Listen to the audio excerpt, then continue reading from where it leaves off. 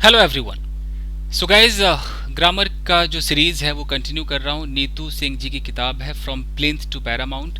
हमने इसका first chapter verb बिल्कुल कंप्लीट कर लिया है, इसके स्पॉटिंग एरर सब कर चुके हैं हम। अब इसका सेकेंड चैप्टर है, इसका नाम है टेंस। वर्ब के बाद है टेंस। तो आज मैं एक ही वीडियो में ये सारा पढ़ के आपको कराता हूँ। जितने भी टेंसेस होते हैं, पूरा प्रेजेंट से फ्यूचर तक का सफर एक ही बार खत्म करते हैं। फिर अगले वीडियो में हम टेंस के कॉमन एरर्स करेंगे गाइस, तो ज़्यादा अच्छा होगा। क्योंकि टेंस सबको पता है, तो बस एक मोटा मोटी मार देते हैं। थोड़ा सा पेशेंस रखिए और कर ही लेते गाइस। चलिए फिर शुरू किया जाए। देखिए, इस किताब के हिसाब से अगर मैं पढ़ाऊं तो इस किताब के हिसाब से क्या है कि टेंस किसी कार्य के समय एवं अवस्था को व्यक्त करता है। यानी कि टेंस का मतलब है कि ऑफ कोर्स टाइम की बात होगी, और अवस्था का मतलब कि उसके स्टेट की भी बात होगी। बंदा प्रेजेंट स्टेट में है, पास्ट स्टेट में है। अगर मैं बोलूँ कि यार वो उदास था, तो ये भी कहीं ना कहीं स्टेट है, स्टेट ऑफ बीइंग है। तो यानी कि जो टेंस है वो एक्शन तो दिखा ही रहा है आपका, कि बंदे ने किसी को थप्पड़ मारा, मारेगा, मार रहा है, और एक्शन के साथ साथ ये आपका स्टेट भी दिखाता है और ये टाइम को बताता है। इससे पता चलता है कि ये घटना किस टाइम में घटा। ओके, अगर मैं कहता हूं कि आई स्लैप्ड हिम, तो पता चलता है कि पास्ट की बात है। तो ये है टेंस। प्रेजेंट है, पास्ट है, फ्यूचर है। प्रेजेंट के अंदर अगर देखें, सबके अंदर देखें तो इंडेफिनिट होता है, कंटिन्यूअस होता है, परफेक्ट होता है और परफेक्ट कंटिन्यूअस होता है। सबके चार चार आइटम होते हैं, सबको पता है। अब यहाँ लिखा है कि प्रश्न सामान्यतः फॉर्मूला अथवा कंफ्यूजिंग जोड़े पर आधारित होते हैं। तो अगर आप तैयारी कर रहे हैं किसी गवर्नमेंट जॉब की, और इससे अगर कॉमन एरर पढ़ना है, मैं स्पोकन स्टाइल नहीं समझा रहा हूँ, अगर कॉमन एरर पढ़ना है तो कंफ्यूजन कहाँ होते हैं? जोड़े पर होते हैं। इनका एक कंफ्यूजिंग पेयर इन्होंने बना के रखा हुआ है कि अगर कोई सिंपल प्रेजेंट पूछेगा तो आपको प्रेजेंट कंटिन्यूअस में कंफ्यूज कर देगा। तो आपको ये पता होना चाहिए कि आई डू या आई एम डूइंग कुछ ऐसा देगा कि आप कंफ्यूज हो जाएंगे कि यार ये डूइंग होगा कि डू होगा। तो इंडेफिनिट और कंटिन्यूअस में आपको फंसाएगा। फिर दूसरा है कि प्रेजेंट कंटिन्यूअस होगा और परफेक्ट कंटिन्यूअस में आपको फंसाएगा। मतलब आई एम ईटिंग होगा कि आई हैव बीन ईटिंग होगा, इसमें आपको अटकाया जाएगा। ठीक है। अगला है प्रेजेंट परफेक्ट और सिंपल पास्ट में आपको, तो सबकी प्रॉब्लम है, तो स्पोकन वालों की प्रॉब्लम है। प्रेजेंट परफेक्ट सिंपल पास्ट पता ही नहीं चलता है कि आई एट फूड बोलूँ कि आई हैव ईटन फूड बोलूँ, ये तो कंफ्यूज्ड इंसान होता है। फिर एक सिंपल पास्ट और पास्ट परफेक्ट, ये भी है कि आई वेंट टू मार्केट बोलूँ कि I had gone to market बोलूँ। तो ये है कंफ्यूजिंग पॉइंट, इस पर सवाल बनेंगे। ठीक है, चलिए अब शुरू करते हैं गाइस। इसने किस एंगल से समझाया है? ओके, तो यहां पर लिखा हुआ है कि प्रेजेंट इंडेफिनिट। अब गवर्नमेंट जॉब की अगर जो तैयारी कर रहा है वो प्रेजेंट इंडेफिनिट को किस एंगल से देखता है? हम स्पोकन वाले तो देखते हैं भाई डेली रूटीन एक्टिविटीज देखते हैं। गवर्नमेंट जॉब वाले में जो सवाल आते हैं ना, तो रूटीन से तो आते हैं। रेगुलर एक्शन का मतलब है कि जो हमेशा आप करते हैं, आपकी जो रूटीन बन गई। जैसे आई कम हेयर डेली, मैं यहाँ रोज आता हूँ, मेरी रूटीन है। मैं चाय पीता हूँ, खाना खाता हूँ, मेरी रूटीन है। यहाँ पर है कि इररेगुलर एक्शन, कुछ ऐसे जो हमेशा नहीं होते बट होते, जैसे अर्थक्वेक कम इन जापान, तो इरेगुलर है, कभी कभी होते हैं, आते हैं। तो ये भी तो हो ही गया कि लाइफ में मतलब ये घटना घटती है, ये एक तरीके से कभी ना कभी होता है। हैबिट्स की भी बात हो गई। अगर किसी की आदत है कि यार वो बंदा रोज सिगरेट पीता है, तो पीता है तो पीता है, उसकी आदत है। वो यार बिना बिस्तर के वो बेड पर सोता है, किसी की आदत हो सकती है, तो भी प्रेजेंट इंडेफिनिट है। और यूनिवर्सल ट्रूथ आएगा, यानी कि जैसे कि the sun rises in the east, सूरज पूरब में उगता है तो उगता है, यूनिवर्सल ट्रूथ है। इनमें से ही आपको सवाल देते हैं। तो लिखा हुआ है कि न्यूज़पेपर के हेडलाइंस और स्पोर्ट्स के कमेंट्री में भी सिंपल प्रेजेंट टेंस का प्रयोग होता है। आप सबको पता है कि अगर आप न्यूज़पेपर पढ़ते हैं तो हेडलाइंस आपका सिंपल प्रेजेंट में होता है, और कमेंट्री में भी काफ़ी हद तक सिंपल प्रेजेंट का इस्तेमाल करते हैं। जैसे पीएम साइंस, अच्छा जैसे PM science deal, Sachin strikes the ball end of it goes across the boundary line. तो पीएम साइंस द डील, ये आपका हेडलाइन हो गया। अगर पीएम ने कोई डील साइन किया तब भी एक्सक्यूज मी, क्या हो जाता है शाम को, मस्ट बी एलर्जी। तो यहाँ क्या है, ये आपका न्यूज़पेपर का हेडलाइन है, और ये है कि Sachin strikes the ball end of it goes across the boundary, ये आपका किसी ने कमेंट्री बोला, तो प्रेजेंट इंडेफिनिट में बोला। उसके बाद है कि निकट भविष्य के किसी प्लान्ड कार्य को व्यक्त करने के लिए भी सिंपल प्रेजेंट टेंस का इस्तेमाल होता है। ध्यान दीजिएगा, इससे क्वेश्चन आ सकता है कि निकट भविष्य के कोई एग्जाम्पल है। जैसे कि अगर यहां पर लिखा हुआ है कि the prime minister leaves for China next week, बात हो रही है फ्यूचर की, ओके, फ्यूचर की बात हो रही है, लेकिन यहां पर प्रेजेंट इंडेफिनिट का इस्तेमाल किया गया है। क्यों? क्योंकि अगर प्लानिंग पहले से बनी हुई है तो आप वहां पर प्रेजेंट इंडेफिनिट लगाएंगे। तो ये सब किताबी बातें है, स्पोकन इंग्लिश में ऐसा कोई बोलता नहीं है, किताबी बातें। अब आता है फॉर्मूलाएं, इसके फॉर्मूला पे हम ध्यान देते हैं। फॉर्मूला का प्लूरल फॉर्मूलाज नहीं होता है, फॉर्मूलाएं बोल दीजिए, ये होता है, ई लगता है, एस नहीं लगता अगर प्लूरल की बात करेंगे। अब इसके सारे रूल नियम लिखे हुए हैं जो आपको ऑलरेडी पता है कि सब्जेक्ट वर्ब ऑब्जेक्ट की कहानी है। थर्ड पर्सन होगा तो इसी वर्ब की फर्स्ट फॉर्म में एस या एस लगता है, जो कि आप यहाँ पर देख सकते हैं थर्ड पर्सन सिंगुलर में। नेगेटिव में डू नॉट लगता है, जिसको आप डोंट कहते हैं। इंट्रोगेटिव में आप डू से सवाल करते हैं, और थर्ड पर्सन सिंगुलर हो तो आप डज से सवाल करते हैं। ठीक है, ये सब तो बिल्कुल क्लियर है। डजेंट वगैरह का भी इस्तेमाल सब पता ही आपको, ये इस पे फोकस करने की जरूरत नहीं है।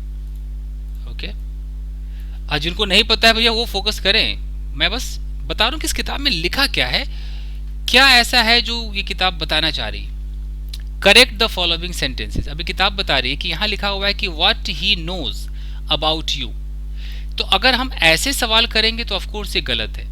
तो अगर हम बात ही की कर रहे हैं तो आपको पता है कि ही, शी, इट के साथ सवाल पूछने में जो हेल्पिंग वर्ब आता है उसे हम क्या कहते हैं, डज कहते हैं। तो what he knows about you की जगह होना चाहिए कि what does he know about you, और जब हम डज लगाते हैं तो फिर वर्ब में एस या एस नहीं लगता है, तो ये करेक्ट होगा, ऊपर वाला गलत होगा। तो काफी लोग हेल्पिंग वर्ब खा जाते हैं, तो वो लोग ध्यान दें। दूसरा है कि I don't know what he knows about you.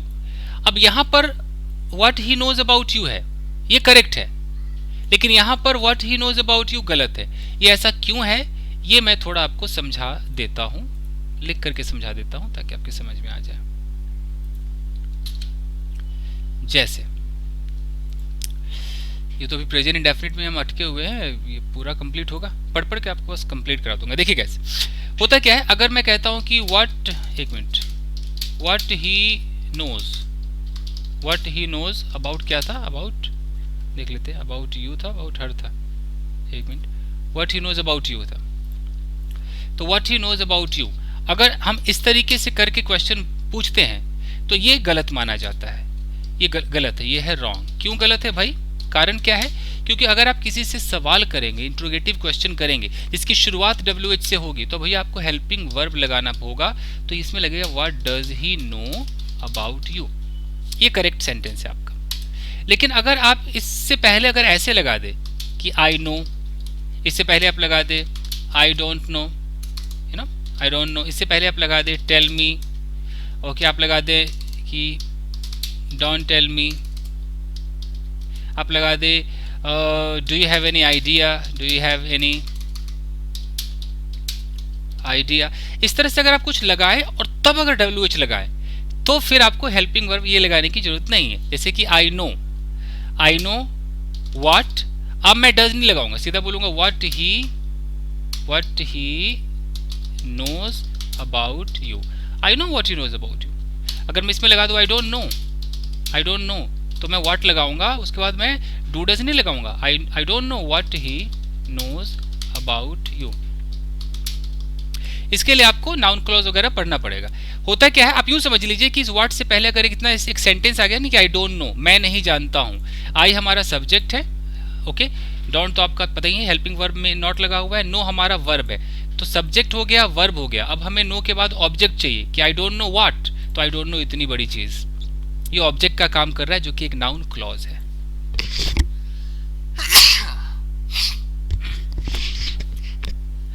Fine guys, clear है, आगे देखिए।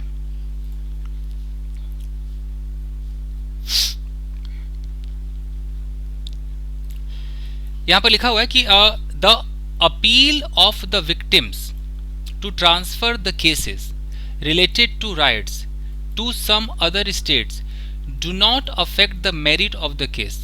अब यहां लिखा है कि भाई यहां पर डू है तो क्या है कि चेंज डू टू डज, तो आप डू को डज में कर दीजिए क्योंकि बात हम अपील की कर रहे हैं। तो इस तरह से अगर कोई सेंटेंस है तो देख लीजिए, the appeal of the victims, हम बात विक्टिम्स की नहीं कर रहे, हम बात कर रहे हैं अपील की। ये प्रेपोजिशनल फ्रेजेस लगे हुए हैं, इसलिए अगर ये सिंगुलर है तो यहाँ पर डू नहीं होगा, यहाँ पर डज होगा, तो डज नॉट होगा। ठीक है, चलिए गाइस, बाकी ये एक्सप्लेन किया हुआ है कि व्हाट वाला क्यों गलत था। व्हाट का प्रयोग सवाल पूछने के लिए किया जा रहा है। अगर आप क्वेश्चन करेंगे तो क्वेश्चन फॉर्म का प्रयोग करें, यानी कि आपको डू डज लगाना है व्हाट के बाद। दूसरे वाक्य में व्हाट दो वाक्यों को जोड़ रहा है, अतः व्हाट के बाद सेंटेंस फॉर्म का प्रयोग करें, यानी कि अगर आप नाउन क्लॉज वाला सिस्टम करेंगे, I know I don't no, तो व्हाट के बाद आपको हेल्पिंग वर्ब नहीं लगाना है। आप एकदम उसको एक उस रूप में ले जाएंगे कि मुझे पता है तू कहाँ जा रही है, तो मुझे पता है क्या होगा, आई नो। और तू कहाँ जा रही है, तो वेयर मतलब कहाँ। अब यहाँ आर यू गोइंग नहीं होगा, यू आर गोइंग होगा, यानी कि इसके बाद तुरंत आपको सब्जेक्ट लगाना, I know where you are going, you are going. ठीक है जी, चलिए आगे देखें। ओके, हो गया जी, प्रेजेंट इंडेफिनिट खत्म है। अब इन लोगों ने क्या किया, प्रेजेंट इंडेफिनिट के बाद सीधा सिंपल पास्ट कर दिया है। मुझे 11 मिनट लगा प्रेजेंट इंडेफिनिट खत्म करने में।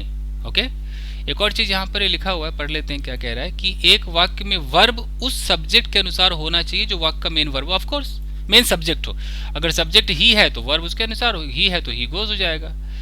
हम अक्सर वर्ब को नजदीक वाले सब्जेक्ट से मैच कर देते हैं, लेकिन ऐसा करना गलत है। यानी कि आपको देखना है, बात इसकी हो रही थी, इतना बड़ा जो लेक्चर है वो इस पर है, ये जो अपील है ना, तो अपील को देखना है। अब जो पढ़ेगा ना, ये अपील छूट करके ये विक्टिम्स को देख लेगा, कहीं उसको लगा कि विक्टिम्स है तो सही है, या वो स्टेट्स को देख लेगा, मान लो यहाँ देख लिया, इसको लगा स्टेट्स की बात हो रही है। तो ऐसे नहीं देखना है, आपको जो सब्जेक्ट है उसके अनुसार ही आपको हेल्पिंग वर्ब लगेगा। ठीक है जी, हो गया आपका प्रेजेंट इंडेफिनिट। अब है सिंपल पास्ट। क्या होता है सिंपल पास्ट, देखिए, जो कार्य खत्म हो चुका है वो सिंपल पास्ट के अंतर्गत आता है। यानी कि I saw you but you did not see me, तो कहने का मतलब है कि काम हो गया, किसी पास्ट टाइम में काम हो गया। अगर यहाँ पर कोई बंदा है, ओके, और इस बंदे ने मान लो कि कल कुछ किया, हम बात करते हैं येस्टरडे की, येस्टरडे हमारा एक पास्ट टाइम है। अब इसने कल 1000 काम क्यों न किए हो, जब ये हमें कहानी सुनाएगा तो वो ऑफकोर्स वो सेकेंड फॉर्म का इस्तेमाल करेगा। ये बोलेगा यार मैं अपने सिस्टर के घर गया तो I went to my sister's house, बोलेगा कि कल मैंने यार राम को एक चाटा मार दिया तो आई स्लैप्ड राम होगा, राम ने मुझे थप्पड़ मार दिया, राम स्लैप्ड मी होगा, मैंने यार उसे गले लगाया, आई हग्ड हर या हग्ड हिम होगा, तो सेकंड फॉर्म होगा। तो जो कार्य खत्म हो गया, ओके, आप इसको हैड ना समझे कि अच्छा I had gone to market, ये नहीं है। इसमें सब्जेक्ट वर्ब का सेकंड फॉर्म ऑब्जेक्ट का इस्तेमाल होता है। ऐसे I went to market, negative में क्या है, सब्जेक्ट के साथ डिड नॉट लगेगा, डिड नॉट लगाते वर्ब की फर्स्ट फॉर्म हो जाएगी, यानी कि यार मैं मार्केट नहीं गया, I did not go to market होगा। सवाल पूछे यार क्या तू मार्केट गया था भाई, so did you go to market होगा। डिड के बाद सब्जेक्ट, फिर वर्ब की फर्स्ट फॉर्म, फिर ऑब्जेक्ट है।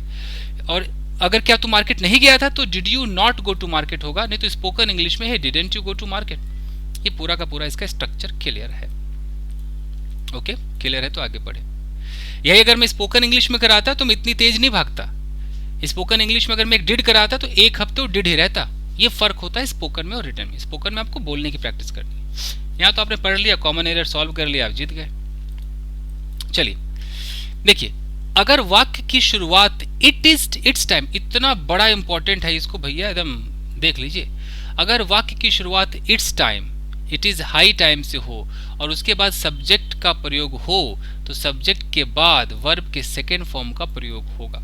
यानी कि अगर सेंटेंस ऐसे लिखा हुआ है it's time you should study, ये गलत है। जैसे आप देखेंगे इट्स टाइम और इट्स टाइम के बाद आप यहाँ यू देख रहे हैं सब्जेक्ट, तो फिर इसके बाद तो सेकेंड फॉर्म लगाना है भैया। फिर तो ऐसे लगेगा कि it's time you studied, it's time you studied. लेकिन अगर इट्स टाइम के बाद टू का प्रयोग हो तो टू के बाद वर्ब का फर्स्ट फॉर्म आएगा, यानी कि सब्जेक्ट ना हो, ऐसा हो कि इट्स टाइम टू स्टडी, तो सही है। You do come here yesterday और he did make a mistake. अच्छा, इस पे अभी हम बात करने वाले हैं। तो ये ऊपर वाला समझ में आ गया, ऊपर वाला समझ में आ गया। It's time, it's high time, it's about time, ये सब रहता है।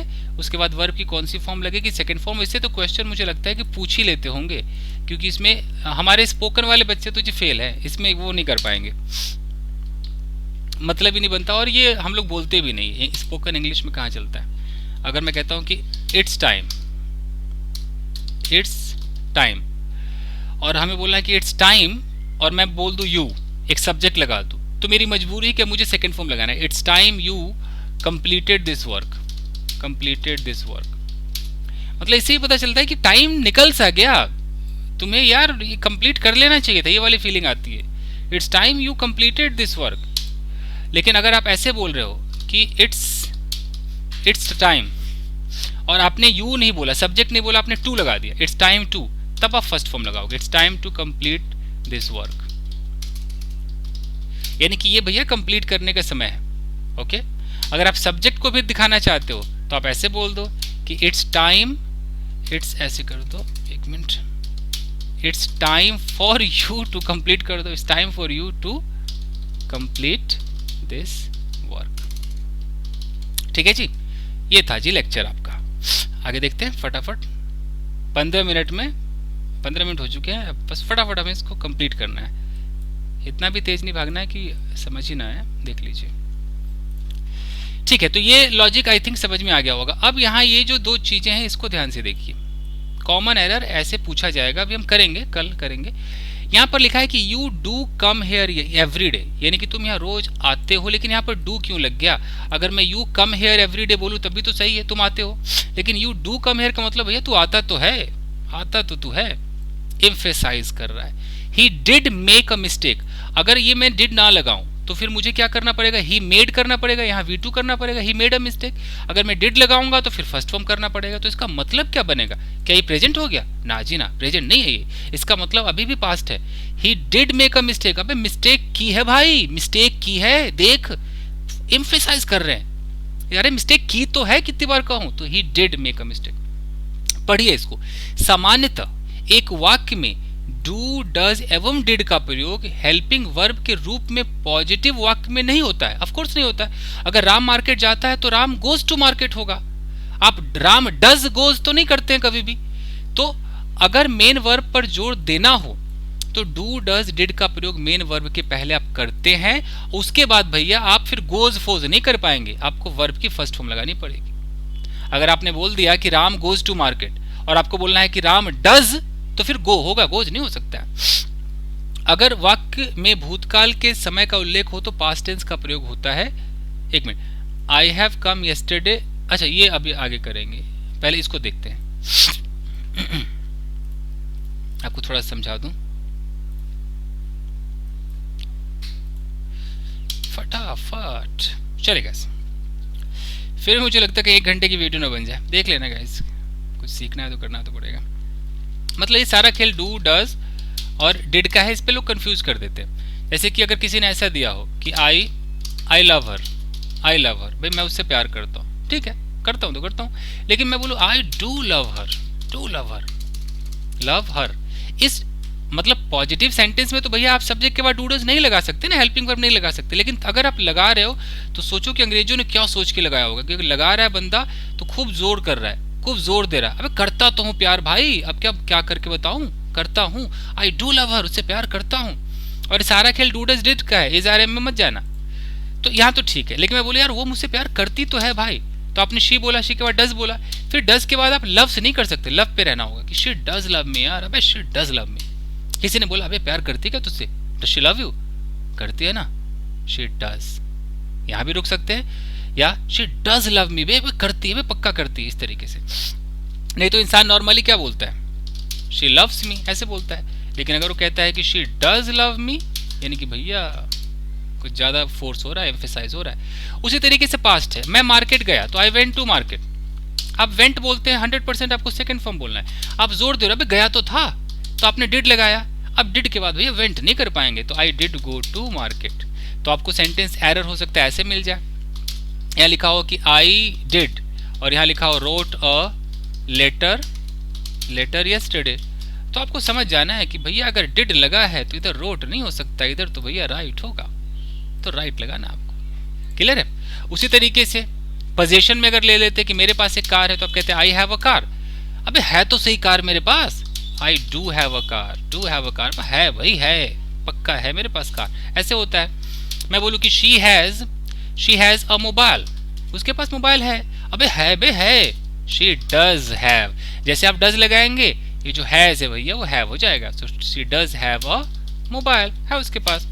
अगर आप कहते हैं भाई साहब मेरे घर आना, come to my home, okay भाई साहब जरूर आना, क्या कर लोगे, जरूर में आपको डू लगाना है कि do come to my home. ये सिर्फ डू होता है, डजन नहीं होता है। अगर किसी को मैं इम्पेरेटिव में बोलूँ कि पक्का पक्का इस काम को करना, do do do this work, मुझे मजा नहीं आ रहा है, डू कंप्लीट दिस वर्क, इस वर्क को कंप्लीट करो। ओके, पक्का खाना पकाना, डू कुक फूड, ये है। ठीक है जी, चलो जी चलो।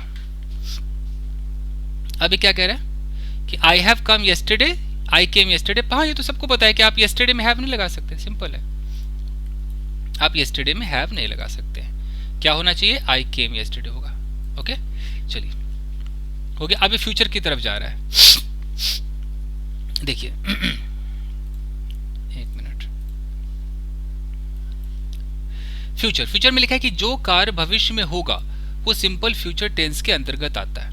अब फ्यूचर में जो होगा, अब यहां पर अगर कोई बंदा है वो कह रहा है यार मैं ना शादी करूंगा, तो करेगा, फ्यूचर में करेगा। सोच रहा है कि मैं ऐसा करूंगा ऐसा करूंगा। तो अगर आप सोचते हो, अचानक आप फैसला लेते हो कि हाँ यार मैं वहां जाऊंगा, अबे यार मैं भी कार खरीदूंगा, ये सब फ्यूचर की बात है। हालांकि इसको बहुत ज्यादा पक्का भी इंसान नहीं मानता, बट ऑन द स्पॉट आप ऐसा सोच लेते हो कि मैं तो उसे मार दूंगा भाई। तो जरूरी नहीं कि आप बिल्कुल मारने ही जा रहे हो, बट आप सोच लेते हो। तो आप जो फैसला कर, जो कार्य भविष्य में होगा, आप ऐसा प्लान करते हो तो सिंपल फ्यूचर में होगा। जैसे कि आई शैल मीट यू। अच्छा, ग्रामर है ना, तो यहाँ तो ये शैल पे भी ध्यान देना है। देख लीजिए, सब्जेक्ट अगर वो आई वी होगा तो आपको शैल लगाना है, नहीं तो बाकी सबके साथ विल लगाएंगे, वर्ब की फर्स्ट फॉर्म ऑब्जेक्ट लगाएंगे। नेगेटिव में क्या हो जाएगा कि ऑफकोर्स शैल के बाद नॉट होगा, शैल नॉट, विल के बाद नॉट होगा, वर्ब की फर्स्ट फॉर्म होगा। ऐसे कि अगर है कि I shall go to market, negative होगा I shall not go to market. Okay, she will come here, she will not come here. अगर क्या है, अगर शॉर्ट करेंगे तो शैल को शैंट कहेंगे और विल नॉट को वोंट कहेंगे। अबे तू नहीं समझेगा यार, यू वोंट अंडरस्टैंड। ओके, हम नहीं समझेंगे, वी शैंट अंडरस्टैंड। हालांकि हम लोग स्पोकन वाले हैं, हम सबके साथ विल बोलते हैं भैया। शैल ऐसे बोलते हैं कि शैल वी गो, चले क्या। क्वेश्चन में क्या है कि शैल या विल लगाओ, सब्जेक्ट वर्ब की फर्स्ट फॉर्म ऑब्जेक्ट, यानी कि क्या तू मार्केट जाएगा, will you go to market. Okay, क्या हम वहां जाएंगे, shall we go there. Negative में shall we not go there, will you not go there, वही है। अगर ज्यादा ही शॉर्ट करना है तो shan't, shan't we go there, won't you understand, इस तरीके से हम बोल सकते हैं। आपका फॉर्मूला था। शैल विल का प्रयोग मॉडल्स में विस्तार से दिया गया है, तो आप वहां पर देख सकते हैं। फाइन गाइस, अब आगे देखते हैं। हो गया जी फ्यूचर इनका। अब प्रेजेंट कंटिन्यूअस चालू होता है, आराम से देख लीजिए क्या है। प्रेजेंट कंटिन्यूअस में क्या है कि जो कार्य वर्तमान में यानी वाक्य को बोलते समय हो रहा है, ओके, प्रेजेंट कंटिन्यूअस टेंस के अंतर्गत आता है। कि I am studying tense now, यानी कि अगर मैं कहता हूं कि I am itching here, it means कि वाकई अभी आंखों के सामने ऐसा हो रहा है, at the time of speaking ऐसा हो रहा है, वो प्रेजेंट कंटिन्यूअस है। कई बार कार्य जारी अवस्था में होते हुए भी दिखाई नहीं देता है, परंतु उन्हें भी प्रेजेंट कंटिन्यूअस टेंस के अंतर्गत रखा जाता है। ऐसे coastal areas are getting submerged. अब मान लीजिए कि अभी आंखों के सामने नहीं हो रहा, बट हो रहा है। मान लो कि आप मेरे आंखों के सामने अभी बैठकर चाय पी रहे हो, लेकिन आप इन दिनों कंप्यूटर सीख रहे हो, तो वो भी मैं कह सकता हूँ ना कि oh you are learning computer this day, तो प्रेजेंट कंटिन्यूअस में वो भी अलाउड है। जो दिख तो नहीं रहा है बट हो रहा है। यहाँ लिखा है population is increasing day by day, दिन प्रतिदिन पॉपुलेशन इंक्रीज हो रहा है। तो क्या अभी मेरे आंखों के सामने दिख रहा है कि 2 से 4, 4 से 8, ऐसा नहीं, बट हो रहा है तो हो रहा है, ये भी है। तो ये हो गया समझ में। कोस्टल एरिया जो है वो डूब रहे हैं, तो अभी आंखों के सामने थोड़ी डूब रहे हैं, बट इन दोनों ऐसा हो रहा है, धीरे धीरे डूब रहा है। ये 2 सिचुएशन है, एक और होता है शायद इसमें दिया होना चाहिए, फ्यूचर का भी होता है। हाँ है तो सही। निकट भविष्य में होने वाले किसी कार्य को व्यक्त करने के लिए हम प्रेजेंट कंटिन्यूअस टेंस का प्रयोग करते हैं। जैसे I am going to Mumbai tomorrow, अगर आपने प्लान बना लिया है तो आप कह रहे भैया कल मैं मुंबई जा रहा हूँ, I am going to Mumbai tomorrow, और आप यकीन मानिए कि I will go to Mumbai और I am going to Mumbai में I am going to Mumbai में ज्यादा पावर है। ये बिल्कुल प्लानिंग को दिखाता है कि भैया जा रहा हूं, तय हो चुका है, जा रहा हूं मैं। फॉर्मूला की अगर बात करते तो भैया सबको पता है, सब्जेक्ट इसके साथ इज आर एम का इस्तेमाल होता है, वर्ब में आईएनजी लगता है, और फिर ऑब्जेक्ट है कि मैं जा रहा हूं, आई एम गोइंग, तुम जा रहे हो, यू आर गोइंग, वो जा रही है, शी इज गोइंग। नेगेटिव में is not, are not, am not लगता है कि मैं नहीं जा रहा हूं, आई एम नॉट गोइंग, तुम नहीं जा रहे हो, यू आर नॉट गोइंग, वो नहीं जा रही है, शी इज नॉट गोइंग। अब शॉर्ट में चाहे तो आप इजंट कर सकते हैं। एम नॉट का तो भैया आप कुछ कर नहीं पाएंगे, आर नॉट का आरेंट करेंगे, एम नॉट का अगर आप स्पोकन इंग्लिश वाले हैं तो आप एंट कर दीजिए, और नहीं तो ग्रामर वाले हैं तो आप माने ना माने एम नॉट भी आजकल अरेंट हो गया है ग्रामर के हिसाब से, आजकल क्या है ही। फाइन हो गया, वर्ब आईएनजी लगाइए। क्या तुम जा रहे हो, क्या मैं जा रहा हूं, तो इज आर एम को पहले कर दीजिए, are you going, am I going, is she going, ये फॉर्मूला आपका कंप्लीट हो गया। अब देखिए एम नॉट का कोई कॉन्ट्रैक्टेड फॉर्म नहीं होता है, क्वेश्चन टैग में आरेंट का प्रयोग किया जाता है, तो ध्यान दीजिए एम नॉट को आप एमेंट नहीं कह सकते हैं, आप ऐसा नहीं कह सकते कि एम नॉट है तो भैया यूं कर दो एमंट। जी नहीं, अंग्रेजी बिल्कुल अद्भुत सी है, तो इसको आप आरेंट बोलेंगे। जिसने बनाया है उसने कहीं कहीं जुगाड़ भी कर रखा है, फिट कहीं नहीं मिला तो बोला भाई आरेंट कर दे, पता नहीं क्या सोच के बनाया। अब स्पोकन इंग्लिश में आप बोलेंगे आरेंट आई, बेचारे जिसको नहीं पता ग्रामर वो हंस देगा कि आरेंट आई, पागल हो गया। इसलिए अंग्रेज लोग एंट आई कह देते हैं। तो आई एम फाइन, आरेंट आई। अगर आप क्वेश्चन टैग बनाते हैं तो आप एमेंट नहीं बोलेंगे, आरेंट बोलेंगे। इज एम आर का प्रयोग ही शीट, ही सीट सिंगुलर के साथ इज आर, इज लगता है, आई के साथ एम है, और यू वी प्लूरल के साथ आर लगता है, सबको पता है। My father is working in a bank and my brother is studying in a school, यहाँ इन होना चाहिए था, इन अ स्कूल।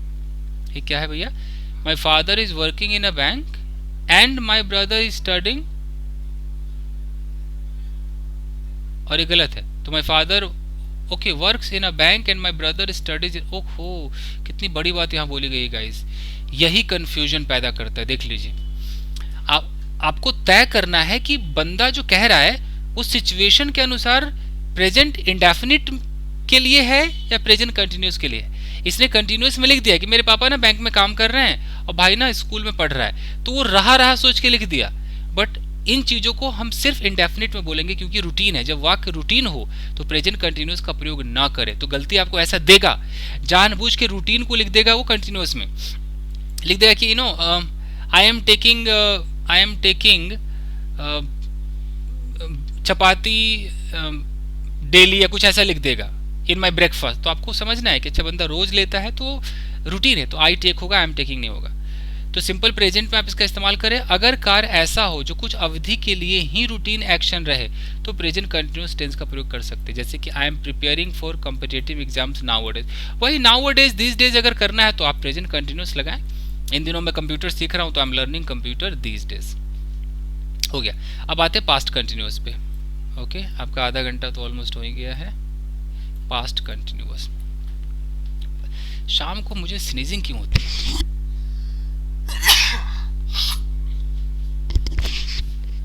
ओके गाइस, चलिए। जो कार्य भूतकाल में, भूत को भत लिखा है, जो कार्य भूतकाल में हो रहा था वो पास्ट कंटिन्यूअस टेंस के अंतर्गत आता है। कहने का मतलब कि जो एक्शन ऑनगोइंग था लेकिन पास्ट में था। मान लीजिए कि एक लड़की है और ये लड़की कल शाम को किसी को डांट रही थी, तो ये एक्शन चल रहा था। जब आपने इसको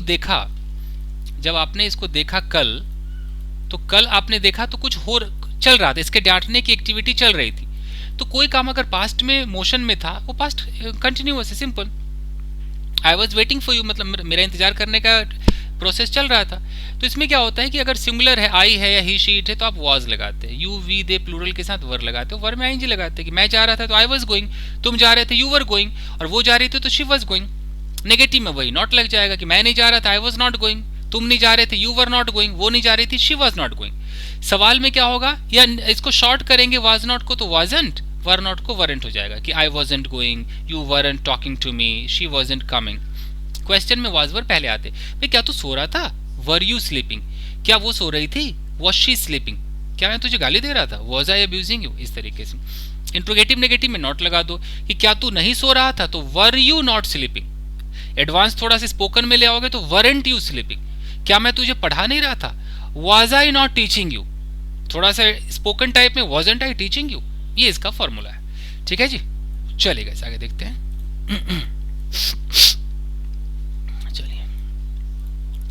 यह लिखा है कि वाज वर का प्रयोग जो है, आपको पता है कि वाज ही शी इट और थर्ड पर्सन सिंगुलर और आई के साथ आता है। I was, he was, she was, it was, Ram was, son was.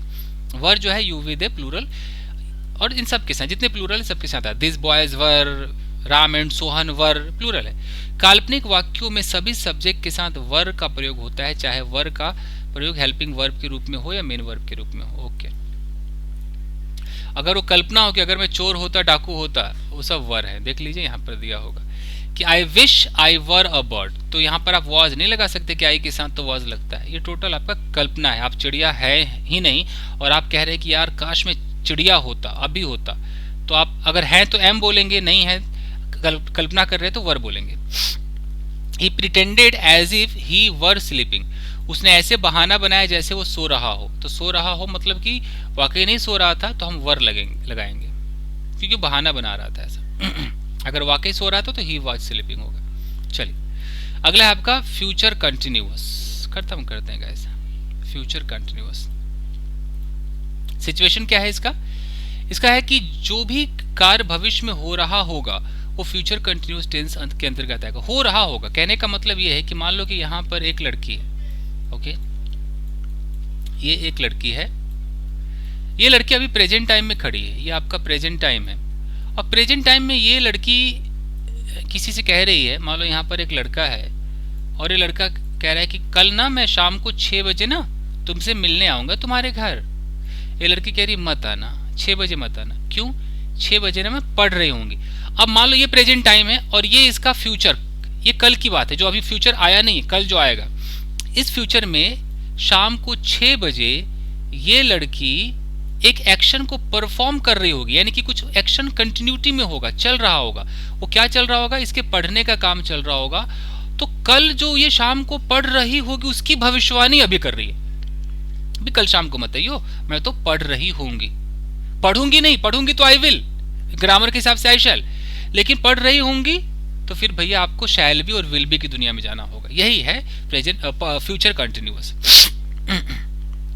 जैसे कि we shall be taking the exam at this time next month. अब अगले महीने इस समय क्या हो रहा होगा उसकी भविष्यवाणी अभी, कि हम तो भैया एग्जाम दे रहे होंगे। We shall be taking exam, okay. इसमें क्या होता है? वही आई वी के साथ आपको शैल भी कर देना है और बाकी सबके साथ विल भी कर देना है। वर्ब में आईएनजी। भाई मैं खेल रहा हूँ आई शैल बी प्लेइंग, और तुम खेल रहे होंगे you will be playing. Ram खेल रहा होगा Ram will be playing. Negative में shall not be will not be करना है। मैं नहीं जा रहा हूँ I shall not be going, वो नहीं जा रही होगी she shall will not be going. Shall हो गया। नहीं तो आप शैंट या वॉन्ट कह सकते हो। Shan't be, I shan't be going, you won't be going. ऐसे शैंट कौन बोलता है आजकल? विल शैल आप क्वेश्चन में उठा सकते हो कि क्या तू बाजार जा रहा होगा, तो will you be going to market. क्या मैं जा रहा हूँ, shall I be going to market. इसी में अगर नेगेटिव लगाना है तो क्या तू नहीं जा रहा होगा, will you not be going to market. क्या मैं नहीं जा रहा हूँ, shall I not be going to market. नहीं तो आप इसको स्टैंडर्ड में कर सकते हो स्पोकन में कि won't you be, you know, won't फिर यू मतलब सब्जेक्ट फिर be, won't you be going to market. क्या तू नहीं जा रहा होगा, shan't I be going to market. Shan't बोलता कौन है, पता नहीं क्यों लिखते हैं। आज तक स्पोकन में किसी ने शैंट बोला है? बताना आप मुझे, कौन बोलता है शैंट? चलिए गाइस, कुछ वर्ब्स का प्रयोग हम कंटिन्यूअस टेंस में नहीं कर सकते क्योंकि ऐसे वर्ब्स होते हैं जिनका प्रयोग समानता आईएनजी फॉर्म में नहीं होता। अब जैसे कि वर्ब्स ऑफ परसेप्शन है, बहुत ध्यान से आपको देखना होगा। सी है, सीइंग नहीं कर सकते हैं बट किसी किसी कंडीशन में करते हैं, जैसे किसी से मिलना हो। टेस्ट है, आईएनजी नहीं लगा सकते हैं लेकिन किसी किसी कंडीशन में लगाते हैं। अगर मैं बोलूँ कि यार ये सब्जी अच्छा टेस्ट नहीं कर रहा है तो this vegetable is not testing नहीं कह सकते, डजंट टेस्ट बोलेंगे। लेकिन अगर मैं इंसान होकर टेस्ट कर रहा हूँ तो आई एम टेस्टिंग बोलेंगे। स्मेल है, अगर कोई गुलाब का फूल मैं बोलूँ यार अच्छा नहीं स्मेल कर रहा है तो मैं ये नहीं कह सकता कि this flower is not smelling, मैं बोलूँगा दिस फ्लावर डजंट स्मेल। लेकिन अगर मैं इंसान स्मेल कर रहा है तो आई एम स्मेलिंग बोलूँगा। तो एक जगह लग रहा है एक जगह नहीं लग रहा है। वही हियर है आपका, हियर है अगर आप सुनते हैं तो हियर, लेकिन अगर कोई अदालत में सुनवाई है तो हियरिंग। उसी तरीके से प्रीफर में आईएनजी नहीं लगता है, प्लीज में नहीं है, नोटिस, रिकॉग्नाइज। थिंकिंग वाला है, थिंक है, थिंक में आईएनजी नहीं लगता है। अगर थिंक का मतलब आपका ओपिनियन है तो आईएनजी नहीं लगेगा। कि जैसे कि मुझे लगता है यार वो पागल है तो I think he is mad होगा, I am thinking he is mad नहीं होगा। लेकिन अगर आप वाकई कुछ सोच रहे हैं, यार मैं तो कुछ सोच रहा हूँ, तो आई एम थिंकिंग होगा, सिंपल। नो का नोइंग नहीं हो सकता है, ओके। मीन का मीनिंग नहीं है, माइंड का माइंडिंग नहीं है, रिमेंबर, ये सब आपको रटना होगा। ओन है, हैव, बिलोंग, हैव का हैविंग नहीं हो सकता है। वो हैविंग एक ही जगह हो सकता है कि यार मैं भैया कुछ खा रहा हूँ, पी रहा हूँ, नहा रहा हूँ, तो हैविंग लगा सकते हैं कि I am having a bath, I am having a walk. लेकिन ये नहीं हो सकता कि मेरे पास एक कार है, पोजीशन में नहीं कह सकते कि I am having a car, ये गलत है, आई हैव अ कार। समझ रहे? कंप्राइज है, पोजेस है, कंटेन, कंसिस्ट, इसमें आईएनजी नहीं लगता है। उसी तरह बिलीव का बिलीविंग नहीं होता कि you are not believing me, गलत है। लाइक का लाइकिंग नहीं होता, डिसलाइकिंग नहीं होता, लव का लविंग नहीं होता, बट कई जगह आपने सुना होगा आई एम लविंग इट, ठीक है। स्पोकन में तो चले जाता है। अडोर का अडोरिंग नहीं होता है, वांट का वांटिंग नहीं होता है, बट जितने कई सुपरस्टार को मैंने देखा कहते हैं I am wanting to do this, मैं ये करने की की कोशिश, मतलब चाह रहा हूँ, I am wanting to do. Grammar है, नहीं होगा। ये सारा देख लीजिए, हेट, अग्री, ट्रस्ट, इमेजिन, इसमें आईएनजी नहीं लगता है। वर्ब्स इन जनरल, लुक में नहीं लगेगा। तुम यार अच्छे अच्छे लग रहे हो, तो यू आर लुकिंग गुड नहीं होगा, यू लुक गुड होगा। लुकिंग तब होगा जब मैं वाकई किसी को देख रहा हूँ कि यार मैं राम को देख रहा हूँ, लुकिंग एट राम। तो ये दो जगह सारे दो मुंह वाले क्या हो गए। सीम का सीमिंग नहीं होगा, एपियर का एपियरिंग नहीं होगा, अफेक्ट का अफेक्टिंग नहीं होगा, रिजेंबल का रिजेंबलिंग नहीं होगा, कॉस्ट का कॉस्टिंग नहीं होगा, रिक्वायर का रिक्वायरिंग नहीं होगा, बिकम का बिकमिंग नहीं होगा। बट कई बार इंसान बोलता है इस बिकमिंग, ये होप का होपिंग नहीं होगा, रिफ्यूज का रिफ्यूजिंग नहीं होगा। तो ये कह रहा है कि इनमें आईएनजी नहीं लगता है। तो अब इनसे आपको एरर देगा। कैसे एरर देगा देख लीजिए। Okay, he is owing a car, गलत है, ही ओन्स अ कार होगा। पोजीशन इसमें नहीं लगा सकते। This house is belonging to me, गलत है, this house belongs to me होगा। तो बिलोंगिंग नहीं होगा, बिलोंग के साथ हमेशा टू आता है प्रपोजिशन, याद रखिएगा। I am not meaning anything wrong, गलत है, I don't mean anything wrong होगा। I don't mean it, past में आई डिडंट मीन इट, ये नहीं कह सकते I am not meaning it. I am seeing a man standing there, गलत है, I see a man standing there बोलिए, I can see a man बोलिए। Have का अर्थ अधिकार होना, यानी कि पजेसिव हो, सॉरी पजेशन हो, तो हैव में आईएनजी का प्रयोग नहीं होगा। लेकिन हैव का अर्थ अगर खाना पीना एंजॉय करना वगैरह है तो आईएनजी लगेगा। कि I am having a piece of cake, ये करेक्ट है क्योंकि आप खा रहे हैं। But I am having a car गलत है, क्योंकि आपके पास एक कार है, वो पोजीशन है, उसमें हैविंग नहीं हो सकता। ऐसा लगे कार खा रहा है बंदा, आई हैव अ कार होगा। आगे बढ़े, चलिए।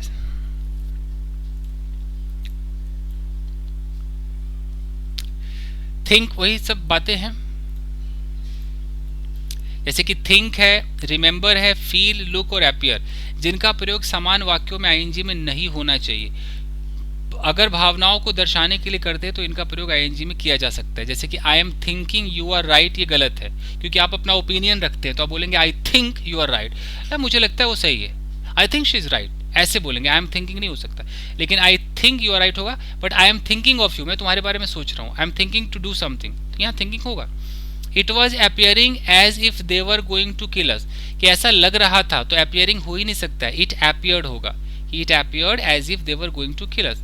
लेकिन यू आर, सॉरी ये हो गया, you are looking good, you are looking good, इसमें आईएनजी एक्सेप्टेड है, यू आर लुकिंग गुड, यानी कि भावनाओं को दर्शाने के लिए, ठीक है, you are looking good, correct है, किताब कह रहा है तो करेक्ट है। Okay, you are looking good, you look good, you look handsome, वैसे तो यही होता है, but you are looking good में कह रहा है, क्या कह रहा है कि अगर भावनाओं को दर्शाने के लिए करते हैं। ओके, चलिए आगे देखिए।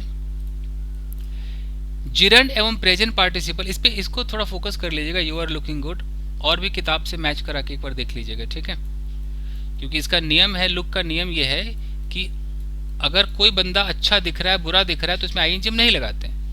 लेकिन अगर हम किसी को देखते हैं तो हम लुकिंग बोलते हैं कि I am looking at him, he she is looking at me, but you look awesome, you look gorgeous, look होता है। एक बार मैच कराइए किसी और बुक से। जिरंड एवं प्रेजेंट पार्टिसिपल में वर्ब आईएनजी फॉर्म में होते हैं, ठीक है, सबको पता है कि जिरंड हो या प्रेजेंट पार्टिसिपल हो आईएनजी होता है। जैसे कि being ill I could not come, बीमार, चूंकि बीमार था मैं आ नहीं सका। Getting a job is easy nowadays, यानी कि तो बीइंग इल क्या हो गया, ये आपका प्रेजेंट पार्टिसिपल हो गया। गेटिंग अ जॉब इज यानी कि आपका जिरंड हो गया, कि जॉब पाना आसान है आजकल। सीइंग इज बिलीविंग, तो ये सब क्या है, सीइंग देखना, इज बिलीविंग यकीन करना, तो ये सब जिरंड में है। Swimming is a good exercise, तैरना एक अच्छी एक्सरसाइज है, सब जिरंड है, इसमें आईएनजी होता है। विस्तार से जानकारी के लिए एडवांस वर्ब देखेंगे तो समझ में आ जाएगा। चलिए, सभी प्रपोजिशन के बाद अगर वर्ब का प्रयोग होता है तो वर्ब आईएनजी में होना चाहिए। एक बहुत ही कॉमन सी बात है, मैं आपको यहाँ पर बता देता हूँ कि कोई भी प्रपोजिशन हो, अगर ऑफ है वो, चाहे वो इन हो, चाहे वो ऑन हो, कोई भी प्रपोजिशन हो, अगर इसके बाद गलती से भी आप वर्ब लगाएंगे तो याद रखें कि आपको वर्ब को आईएनजी में लगाना है। अगर मैं बोलता हूँ कि आई एम फॉन्ड ऑफ, तो ऑफ के बाद ईटिंग होगा, ईट नहीं हो सकता है। क्यों आईएनजी में लगाना है, क्योंकि भैया प्रपोजिशन के बाद हमेशा एक ऑब्जेक्ट चाहिए। ऑब्जेक्ट या तो नाउन होता है या प्रोनाउन होता है ऑब्जेक्टिव फॉर्म में। नाउन अगर एक नाम है तो नाउन है, अगर वो वर्ब है तो फिर जेरेंड है, उसमें आईएनजी लगाएंगे तभी हम उसको नाउन बना पाएंगे, तो इसलिए आईएनजी जरूरी। तो रट लीजिए, हर प्रेपोजिशन के बाद आपको आईएनजी लगाना है। बैट्स आर कैपेबल ऑफ, यहाँ ऑफ लगा है तो ऑफ के बाद यहाँ पर आईएनजी है, hearing the ultrasonic waves.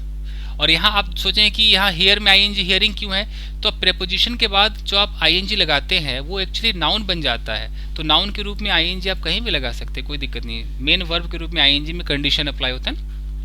We must keep away from, तो फ्रॉम हमारा प्रेपोजिशन है, तो फ्रॉम के बाद स्मोक नहीं आएगा, स्मोकिंग आएगा, यानी कि प्रेपोजिशन के बाद जो एक्शन है उसमें आईएनजी तो आना ही आना है।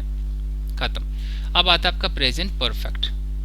ठीक है, पढ़ाते पढ़ाते मैं भी थक गया हूँ, बट खत्म है, आज तो टेंस कंप्लीट करना है गाइस। जो कार्य अभी अभी हाल फिलहाल खत्म हुआ हो वो प्रेजेंट परफेक्ट टेंस के अंतर्गत आता है। बहुत अच्छी बात है, हाल फिलहाल खत्म हुआ हो। अगर यहाँ पर कोई लड़की है उसने रिसेंटली किसी भी काम को खत्म कर लिया है वो प्रेजेंट परफेक्ट। मैं तो कहूँगा कि सिर्फ हाल फिलहाल ही नहीं, इसने लाइफ में जितने भी काम कर लिए हैं, जो भी अचीव कर लिया, सब भैया प्रेजेंट परफेक्ट है। He has come to Delhi recently, हाल ही में वो दिल्ली आया है, तो प्रेजेंट परफेक्ट है, रिसेंटली से ही पता चल गया। जो कार्य महत्वपूर्ण हो, जो कार्य महत्वपूर्ण हो, न कि कार्य होने का समय एवं कार्य के होने का समय उल्लेख भी न हो, तो प्रेजेंट परफेक्ट टेंस, यानी कि we have progressed a lot. ठीक है, एक बंदा कह रहा है हमने बहुत प्रोग्रेस किया है, लेकिन इसमें कोई टाइम नहीं है कि हमने कल प्रोग्रेस किया कि कब किया, तो आप प्रेजेंट परफेक्ट में लगा सकते हैं कि हमने तो खूब प्रोग्रेस किया, यानी कि आपने अचीव कर लिया इस चीज को। We have reach the moon, भैया हम लोग तो चांद पे पहुंच चुके हैं, मतलब आपने अचीव कर लिया, तो सारी अचीवमेंट जो है वो प्रेजेंट परफेक्ट है, सिंपल। स्ट्रक्चर बताने की जरूरत नहीं है, हैव हैज के साथ वर्ब की थर्ड फॉर्म लगती है। I have eaten food, she has eaten food. Negative, I have not eaten food, she has not eaten food. Interrogative, have you eaten food, has she eaten food. Interrogative plus negative, have you not eaten food, has she not eaten food. और थोड़ा सा advance में, haven't you eaten food, hasn't she eaten food. चलिए, I we you the plural के साथ have और बाकी third person singular के साथ हैज लगता है। अब आते हैं कि क्या गलत है क्या सही है। देखिए, science has given us many new inventions, तो यहाँ पर हैज का इस्तेमाल हुआ है, गिवन का इस्तेमाल हुआ है, सही है। We have reach the moon, हम चांद पे पहुंच गए हैं, ये भी सही है। Science has given us many new inventions in 19th century, अगर कोई पुराना टाइम दे दिया तो आप हैव नहीं लगा सकते, पास्ट टाइम नहीं होना चाहिए। आप ये कभी नहीं कह सकते हैं कि शी हैज कम येस्टरडे। आप ये कभी नहीं कह सकते कि I have done graduation in 2008। 2008 नहीं है, ये 2021 है, तो आप हैव नहीं लगा सकते, तो आपको पास्ट टेंस का इस्तेमाल करना होगा। अगर भूतकाल के समय का उल्लेख हो तो प्रेजेंट परफेक्ट नहीं सिंपल पास्ट करें, यानी कि अगर टाइम दिया हो तो प्रेजेंट नहीं चलेगा, आपको पास्ट इंडेफिनिट लगाना होगा। Science gave us many life saving drugs in 19th century, correct है। क्यों? क्योंकि हम 19th सेंचुरी की बात कर रहे हैं, तो हमने यहाँ पर सेकेंड फॉर्म लगाया जो कि पास्ट इंडेफिनिट है, तो करेक्ट है। We reach the moon on 22 October 2008, तो करेक्ट है, क्योंकि हमने पुराना डेट दे दिया तो हम हैव नहीं लगा सकते हैं, आपको वर्ब का सेकेंड फॉर्म लगाना है, यानी कि past indefinite. I have had enough problems here, ये सही है, इसमें कोई टाइम नहीं है। He has had his breakfast, उसने अपना खाना खा लिया, ये करेक्ट है। कब खाया ये पता नहीं, काम डन है, तो डन है वो प्रेजेंट परफेक्ट है। चलेगा ऐसे। अब देखें कैसे लोग 1 घंटे लगातार, देखता हूँ 2-2 घंटे का मैराथन वीडियो कैसे बनाते हैं, मेरा तो दिमाग खराब हो गया, चक्कर से आने लगे, क्योंकि लाइट एकदम मेरे सर पर है। एनीवेज, एक वाक्य में हैव के किसी भी फॉर्म, यानी कि हैव के फॉर्म्स हेल्पिंग वर्ब में होने के बाद हैड मेन वर्ब होगा का प्रयोग हो सकता है, क्योंकि प्रेजेंट परफेक्ट पास्ट परफेक्ट के फॉर्मूला में फिट होते हैं। कुछ समझ में आया क्या कह रहा है?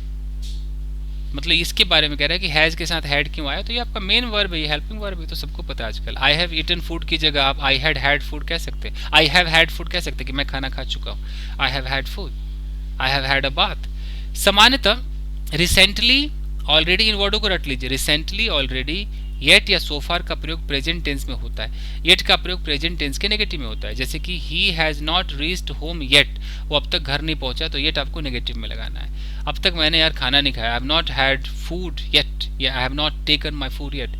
ही had not done any work so far, so far का मतलब कि अब तक उसने कोई काम नहीं किया, आप ये भी लगा सकते हैं, he had not done any work so far, तो परफेक्ट के नेगेटिव में लगता है।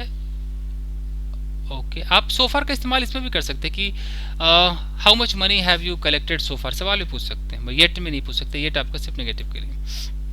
अगर सिंस के बाद सिंपल पास्ट का प्रयोग हो तो सिंस के पहले प्रेजेंट परफेक्ट का प्रयोग होता है, यानी कि अगर आई हैवेंट सीन हिम है तो सिंस ही लेफ्ट इंडिया, यानी कि अगर आप कहते हैं कि सिंस लगाते हैं तो सिंस के बाद आपको पास्ट इंडेफिनिट चाहिए, और इससे पहले क्या चाहिए, प्रेजेंट परफेक्ट चाहिए। ओके, तो आई हैवंट सीन हिम, मैंने उसको नहीं देखा है, कब से नहीं देखा है, सिंस ही लेफ्ट इंडिया, जब से इंडिया छोड़ा नहीं देखा है। Okay, I haven't talked to her since she got married, इस तरीके से जब से उसकी शादी हुई मैंने बात नहीं की उससे, ऐसे बोल सकते हैं। तो सिंस के बाद पास्ट इंडेफिनिट, बाकी प्रेजेंट परफेक्ट। ऐसे वाक्यों में प्रेजेंट परफेक्ट के साथ कोई मॉडल भी परफेक्ट फॉर्म में आ सकता है। He may have grown old since she last saw him, यानी कि जब से उसने उसको पहली बार, मतलब लास्ट टाइम देखा, since she last saw him, जब उसने लास्ट टाइम देखा। He may have grown old, हो सकता है कि अब तक वो बड़ा हो गया होगा, ग्रो हो गया होगा, तो आप यहाँ पर मे हैव, माइट हैव लगा सकते हैं। अगर सिंस का प्रयोग वाक्य के शुरुआत में कर दिया जाए तो सिंपल पास्ट भी सिंस के साथ वाक्य के प्रथम भाग में आएगा। अगर आप पहले बोलते कि since he join the army, तो इधर वाला तो हमेशा पास्ट में ही रहेगा, सिंस के बाद पास्ट इंडेफिनिट ही होगा, बाकी आपको प्रेजेंट परफेक्ट में बोलना है कि he has not taken any leave, जब से आर्मी ज्वाइन किया है कोई भैया छुट्टी नहीं ली है। ठीक है जी, चलिए पास्ट परफेक्ट खत्म है, कितना बचा हुआ है,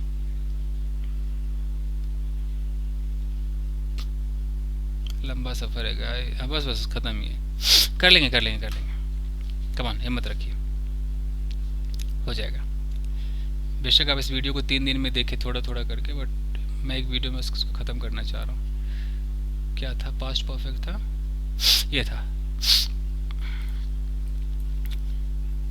चलिए, पास्ट परफेक्ट क्या है कि नीचे दिए गए विभिन्न वाक्यों को देखिए, ये सेंटेंसेस को जरा देखिए। I saw him before he stopped his car, अब ये सेंटेंस गलत है। आपने देखा, कब देखा, before he stopped his car, यानी कि उसने जब कार स्टॉप की उससे पहले ही देख लिया था, तो पहले हो चुका था, तो उसमें हैड आएगा, गलत है। तो आई हैड सीन हिम होगा, before he stopped his car, ऐसे।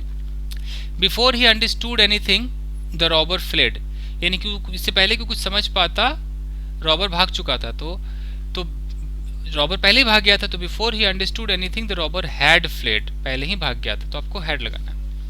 आई met him after I finished my work, अब आफ्टर को बिफोर देख लिया, आफ्टर भी देखो, मैं उससे मिला after I finished my work, यानी कि मैं वर्क खत्म कर चुका था फिर मैं मिला, तो I met him after I had finished the work, यहाँ पर आपको आफ्टर वाले में थर्ड फॉर्म लगाना है और हैड लगाना है।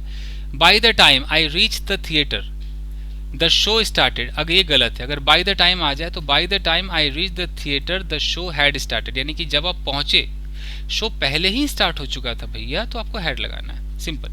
When Anand reached his village, जब आनंद घर पहुंचा, he found, उसने पाया that the news about him had preceded, ठीक है, उसके बारे में जो खबर थी वो precede हो चुकी थी, had preceded him, तो यहाँ पर had सही है क्योंकि पहले ही हो चुका था, मतलब खबर पहले ही पहुंच चुकी थी। अब देखिए क्या कह रहे हैं। प्रथम वाक्य का इन्फॉर्मेशन निम्न प्रकार से है कि भैया पास्ट परफेक्ट, उसके बाद बिफोर लगाइए, फिर आप पास्ट इंडेफिनिट लगा दीजिए कि डॉक्टर के आने से पहले रोगी मर चुका था, द पेशेंट हैड डाइड वो बोलिए, और बिफोर डॉक्टर केम सेकेंड फॉर्म बोलिए। द्वितीय वाक्य का इन्फॉर्मेशन ऐसा है कि बिफोर का प्रयोग अगर शुरू में हो तो वही है, सेकेंड फॉर्म लगाइए, और जो पहला एक्शन है वो पास्ट परफेक्ट में दिखाइए, जैसे कि before she came Ram had eaten. तीसरे वाक्य में ऐसा है कि सेकेंड एक्शन यानी कि सिंपल पास्ट में लगाइए, और लेकिन जब आफ्टर बोलेंगे तो आफ्टर के बाद आपका पास्ट परफेक्ट होना चाहिए था। ओके, कि आई वेंट देयर, मैं वहां गया, आफ्टर दे हैड गॉन, उनके जाने के बाद जो चले गए थे तब मैं गया, तो पहले हो चुका था तो हैड लगाइए, ये बात है जी, क्लियर। अब देखिए क्या कह रहा है। चौथे वाक्य का इन्फॉर्मेशन ऐसा है कि अगर बाय द टाइम लगा हो, इसे आपको रटना होगा, बाय द टाइम लगा हो तो भैया आपको सिंपल पास्ट लगाना है, उसके बाद पास्ट परफेक्ट लगाना है कि by the time I went there they had gone, वो लोग जा चुके थे। अगर दो कार्य पास्ट में एक के बाद एक हो तो पहला कार्य पास्ट परफेक्ट में होगा और दूसरा सिंपल पास्ट में होगा। मेरे वहां पहुंचने से पहले वो खा चुकी थी, तो she had eaten food before I reached there. तो रूल आपका यही है कि आपको हैड लगाना है सारे सब्जेक्ट के साथ, वर्ब की थर्ड फॉर्म लगानी है, नेगेटिव में हैड नॉट लगाना है या हैडंट लगाना है, वर्ब की थर्ड फॉर्म। ओके, इंट्रोगेटिव में हैड पहले उठा लेना है कि had he eaten food, okay, had he not eaten food, interrogative plus negative है, हैडेंट, या इसको हैडेंट ही ईटन फूड कह सकते हैं। कहानी खत्म। आगे देखें, बताएं ये टेंस स्पोकन इंग्लिश में 3 महीने चलता है या 1 घंटे में खत्म कर रहे हैं। खैर, वाक्य 5 को देखें। When Anand reached his village, जब आनंद गांव पहुंचा, ही फाउंड, उसने पाया, that the news about him had preceded him, यानी कि जब आनंद गांव पहुंचा, सिंपल पास्ट, तो पाया कि उसके बारे में जो न्यूज थी उससे पहले पहुंच चुकी थी। तो अब क्या है कि प्रीसीड का अर्थ है पहले से आना, तो अगर कोई एक्शन सिंपल पास्ट से पहले होता है तो पास्ट परफेक्ट में होता है, इसलिए हम हैड का इस्तेमाल कर रहे हैं। ओके, न्यूज का पहुंचना पास्ट परफेक्ट टेंस में होगा, जो न्यूज पहुंचा वो पहले ही पहुंच चुका था। ठीक है जी, समझ गए होंगे। आइए फ्यूचर परफेक्ट की बात करते हैं। फ्यूचर परफेक्ट क्या होता है कि जो कार्य भविष्य में खत्म हो चुका होगा, फ्यूचर परफेक्ट के अंतर्गत आता है। कहने का मतलब है कि एक बंदा यहाँ पर है और वो प्रेजेंट टाइम में खड़ा है, और प्रेजेंट टाइम में खड़े होकर वो ये सोच रहा है कि यार कल, मान लो कि या 2 साल बाद, यानी कि अगर 2022 है, अब वो ये सोच रहा है कि 2022 में ना भाई मैं एक बॉडी बिल्डर बन चुका होऊंगा, तो यानी कि वो काम कंप्लीट करके और ऐसे फ्यूचर में बैठा होगा, उसकी भविष्यवाणी प्रेजेंट में कर रहा है। तो कोई बोले कि यार वो देख रहा है, वो देखना आज से 4 साल बाद उसके 2 बच्चे हो चुके होंगे, यानी कि बच्चे होके डन भी हो गया होगा, और उसकी भविष्यवाणी आज बैठे बैठे प्रेजेंट में कर रहा है। 3 साल बाद वो यहाँ से जा चुका होगा, वो 2 घंटे बाद खाना खा के सो चुका होगा, ये सब है। तो आपको क्या करना है कि you will have finished your syllabus by this time next year, यानी कि अगले साल इस समय तक तुम क्या कर चुके होंगे, अपना सिलेबस कंप्लीट कर चुके होंगे, इसकी भविष्यवाणी मैं वही कर रहा हूँ। तो यहाँ लिखा है कि नीचे दिए गए सेंटेंस फॉर्मेशन देखें कि by the time I reach the station the train will have left. अगर आप बाय द टाइम लगाते हैं, ओके, बाय द टाइम के बाद आप देख रहे हैं कि सिंपल प्रेजेंट लगाते हैं, तो उसके बाद आपको फ्यूचर परफेक्ट बोलना है। इत्मीनान से देख लीजिए कि by the time I reach station का मतलब है कि जब मैं स्टेशन पहुंचूंगा, the train will have left, गाड़ी वहां से जा चुकी होगी।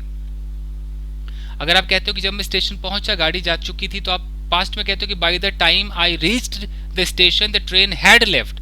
फ्यूचर में भी आप बाय द टाइम लगा सकते हो कि भाई bye the time she comes here, जब वो यहाँ आएगी ना मैं भैया सो चुका हूँ, तो bye the time she comes here I will have slept, ये वाला है सेम है। बाकी ये सब फॉर्मूला सबको पता है, विल हैव के साथ वर्ब की थर्ड फॉर्म लगती है, नेगेटिव इंट्रोगेटिव आप खुद देख लेंगे। बस आप इतना ध्यान दे लीजिए यहाँ पर कि by the time I reach the station, अगर बाय द टाइम के बाद प्रेजेंट इंडेफिनिट है तो उसके बाद आपका फ्यूचर परफेक्ट होगा। Bye the time I reach the station, जब मैं स्टेशन पहुंचूंगा तो ट्रेन विल हैव लेफ्ट, जा चुकी होगी। लेकिन अगर बाय द टाइम के बाद आप पास्ट इंडेफिनिट बोलते हैं तो यहाँ वाला पास्ट परफेक्ट होगा, यानी कि परफेक्ट दोनों सूरत में, या फ्यूचर का परफेक्ट है या पास्ट का परफेक्ट है। लेकिन यहाँ बाय द टाइम के बाद प्रेजेंट है सिंपल, यहाँ है पास्ट है सिंपल, बस ये है। ठीक है जी, चलिए अब आइए प्रेजेंट परफेक्ट कंटिन्यूअस। अब सारा कंटिन्यूअस होगा, पास्ट परफेक्ट फिर फ्यूचर परफेक्ट, खत्म है बस। देखिए अब तो बोला भी नहीं जा रहा, पानी वानी पिए। मैं भी सीख रहा हूँ गाइस कि 1-1 घंटे की क्लास कैसे लेते हैं। हालांकि 1 घंटे की वीडियो देखता कौन है, कोई किसी के पास इतना वक्त नहीं कि 1 घंटे का देखे, तो वो 3 दिन में देखेगा, थोड़ा थोड़ा रोक के देखेगा। बट लोग मैंने देखा है 4-4 घंटे का वीडियो ही बना देते हैं, तो वो क्या है। चलिए देखिए, प्रेजेंट परफेक्ट कंटिन्यूअस क्या कह रहा है कि जो कार्य भूतकाल में शुरू हुआ और अभी भी चल रहा है वो प्रेजेंट परफेक्ट कंटिन्यूअस टेंस है। सॉरी गाइस, देखिए पढ़ा अक्षत पढ़ा, ओके टेक, यानी कि पास्ट में शुरू हुआ, यानी कि अगर मैं यहाँ पर ऐसे बोल दूं, यहाँ पर देखूं कि यहाँ पर अगर मैं बोलूं कि ये 2019 है। अब 2019 में एक बंदे ने कोई काम शुरू किया, मान लो कि वो जिम जाना उसने शुरू किया, और अभी 2021 है, वो जिम जा ही रहा है, यानी कि इस पॉइंट से इस पॉइंट तक अभी काम चल ही रहा है, खत्म नहीं हुआ। तो वही कह रहा है कि भूतकाल में शुरू हुआ और अभी भी चल रहा है, तो प्रेजेंट परफेक्ट कंटिन्यूअस है। I have been living in Delhi for 5 years। अगर आप भैया 5 साल से रह रहे हो, यानी कि 5 साल पहले आपने रहना शुरू किया होगा, ये 5 साल पहले रहना शुरू किया होगा और आज तक आप रह ही रहे हो, तो आपको हैव बीन लगाना है, हैज बीन लगाना है। इसमें आपको हैव बीन हैज बीन के साथ वर्ब में आईएनजी ऑब्जेक्ट, फिर आपको देखना फॉर लगेगा, सिंस लगेगा, फिर आपको टाइम लगाना है। नेगेटिव में have not been has not been हो जाता है, इंट्रोगेटिव में have you been has she been ऐसे होता है, तो सबको पता है। देखिए यहाँ पर सेंटेंसेस देखिए, I am teaching you since an hour. तो अगर कोई एन आवर कह रहा है कि आई एम टीचिंग यू तो वैसे भी गलत है। ओके, एक तो आवर के साथ सिंस नहीं आता, प्लस अगर टाइम है तो टाइम के साथ एम नहीं आएगा, हैव बीन आएगा, तो होगा क्या कि I have been teaching you for an hour, ये करेक्ट होगा। ऐसे ऐसे आपको एरर्स मिलेंगे इसके अंदर। अब देखिए क्या कह रहा है, फॉर जब समय की अवधि का उल्लेख हो तो फॉर का प्रयोग करें, यानी कि for 2 hours, for last 2 years. मैं तो कहता हूँ काउंटिंग याद कर लो, 1 2 3। अब यहाँ पर आप मंथ, ईयर्स, आप मिनट, वीक जो लगाना लगा दो। दिन लगाना है तो फॉर 5 डेज, यानी कि काउंटिंग होना चाहिए, 5 6 8। ओके, महीने है तो 2 कर दो, 3 कर दो, 4 कर दो, हफ्ते है तो 3 कर दो, 5 कर दो, साल है तो 10 कर दो। ये जितने भी काउंटिंग वाले हैं ये सब पीरियड को दिखाते हैं, इसके अंदर अभी आपको फॉर लगाना है। सिंस क्या है तो फिक्स टाइम होता है, कील ठोक दो जी। तो since Monday, since beginning, since 2008, since time, मैं ऐसे समझाता हूँ, इस चक्करों में ना पड़े। सिंस का प्रयोग ऐसे समझे आप। कहने का मतलब है कि ये एक लड़का है, ओके, और ये एक लड़की है। इस लड़की ने इसको थप्पड़ मार दिया। ये जो थप्पड़ मारा ना, ये पॉइंट हो गया। कोई एक पॉइंट, जब कोई घटना घटी हो, ये पॉइंट हो गया। थप्पड़ लगना एक पॉइंट हो गया। ओके, अब मान लो कि जिस वक्त इसको थप्पड़ लगा ये पॉइंट हो गया, तो अब ये क्या हो गया, सिंस हो गया। अब ये लड़का चाहे तो इस सिंस के साथ ये पूरा सेंटेंस बोल सकता है कि सिंस शी स्लैप्ड मी, ये पूरा बोल सकता है कि जब उसने मुझे थप्पड़ मारा, सिंस शी स्लैप्ड मी। दिख रहा है आपको? तो ये एक पॉइंट हो गया। तो थप्पड़ मारा एक पॉइंट पे, तो या तो पूरा बोलो कि जब उसने थप्पड़ मारा, लेकिन अगर पूरा नहीं बोलना, ये जब थप्पड़ मारा, मान लो उस वक्त 9 बज रहे होंगे, तो अभी भी थप्पड़ मारना सिंस है, तो सिंस के बाद वो पूरा सेंटेंस बोले या 9 दिखा दे। उस वक्त टाइम क्या हो रहा था, तो सिंस 9, मान लो पीएम था तो सिंस 9 पीएम हो गया। जब उसने थप्पड़ मारा, मान लो उस दिन 28 तारीख थी, तो फिक्स हो गया, तो तारीख भी फिक्स हो गया, तो सिंस के बाद अब 28 तारीख लगा दो, सिंस 28 जनवरी फरवरी ऐसे कर दो।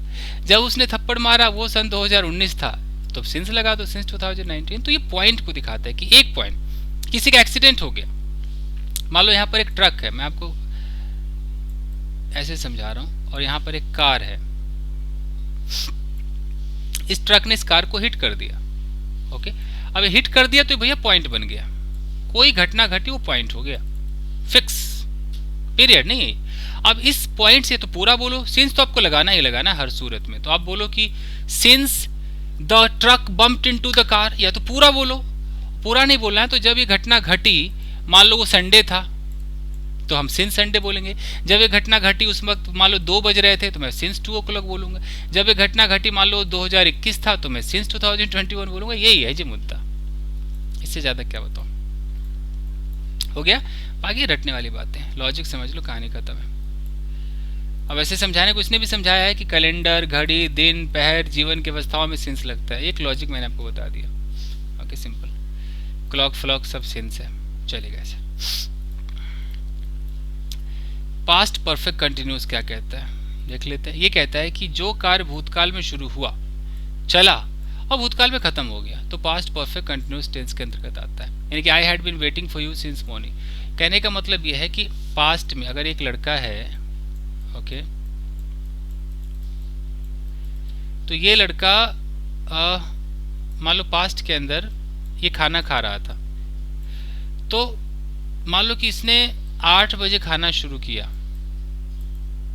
और 9 बजे आकर के इसने खाना खाना खत्म कर दिया, तो पास्ट में ही शुरू हुआ और किसी पास्ट में ही खत्म हो गया। तो क्या बोलेगा, मैं 8 बजे से खाना खा रहा था भैया, तो I had been eating food since 8 o'clock, ऐसे करके बोलेगा।